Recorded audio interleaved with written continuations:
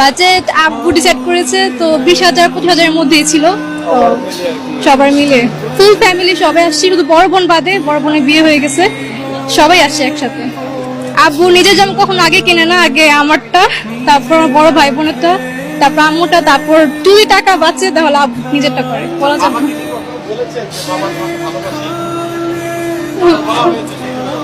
না, সত্যি সবারটা দিলে আমার একটা শান্তি সুখ, যে সবারটা কেনাকাটা হয়েছে, আমি নিজে জানিছি, এটাই আলহামদুলিল্লাহ। একটা সময় তো ছিল যখন ঈদ মানে আমরা চিন্তা করতাম যে নতুন কাপড় থাকবে, জামা কাপড় থাকবে, একটা অন্যরকম আনন্দ। এই যে বাবাদের জীবন থেকে এই জিনিসটা চলে যাওয়া, এটা কবে থেকে শুরু হলো?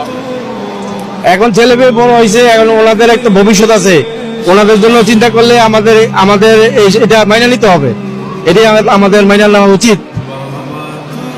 আপনার মেয়ে যারা কান্না করতেছে, আমি আপনাকে একটা কথা বলতে চাই, আপনি একটু পাশে আসুন। আপনি বলেছেন যে আপনি এখন পর্যন্ত আপনার বাবাকে কখনো বলতে পারেন না যে আপনি আপনার বাবাকে ভালোবাসেন। আমরা চাইবো আজকে অন রেকর্ডে আপনি আপনার বাবাকে বলবেন যে আপনি আপনার বাবাকে ভালোবাসেন। আঙ্কেল, আপনি একটু ধরবেন আপনার মেয়েটাকে, আপনি একটু বলেন আপনার বাবাকে আপনি ভালোবাসেন। আপনার আমি অনেক ভালোবাসি।